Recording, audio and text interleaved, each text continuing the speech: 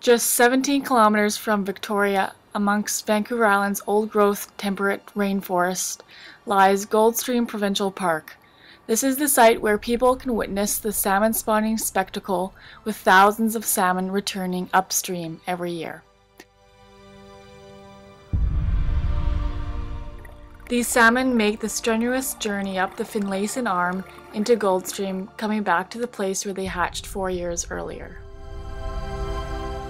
In BC, there's 5 specific salmon, 3 of which we get in this river. We get the coho, chinook, and the chum.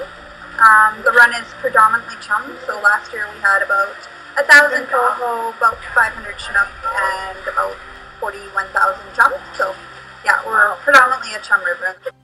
Once the fry hatch from the eggs, they go through a physiological change of shape and color in order for them to live in salt water. After becoming an adult salmon in the ocean, they migrate back up the same stream to reproduce and die. Many people come here to witness and be a part of the salmon run every year. Salmon have huge environmental and cultural impacts on the people of BC. Goldstream allows for the conservation of this significant fish species. One of those nature spectacles, it's somewhere you can be and be so close to nature. You're only 20 minutes outside of the city. Mostly to see a salmon run, get outside and enjoy fresh air. Love coming back here just to experience it.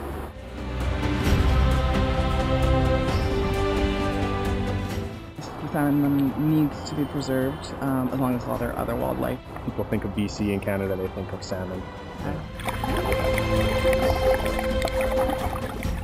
Everyone on the coast here loves salmon, loves eating salmon.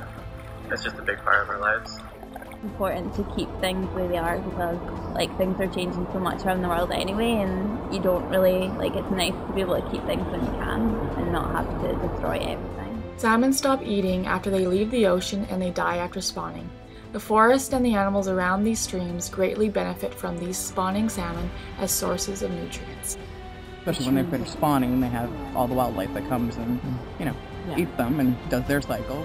Black bear that come down and eat it. We have lots and lots of eagles that come if it gets good and stinky in the park and they're down here eating it. We've got raccoons and mink and otters and American dippers eating the eggs and pretty much everything.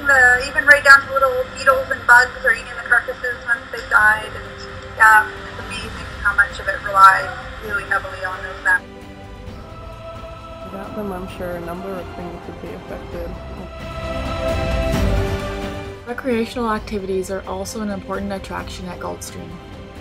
Connection to nature as well as some activity. If you go all the way to the top of FINLAYSON, you have an absolutely beautiful view.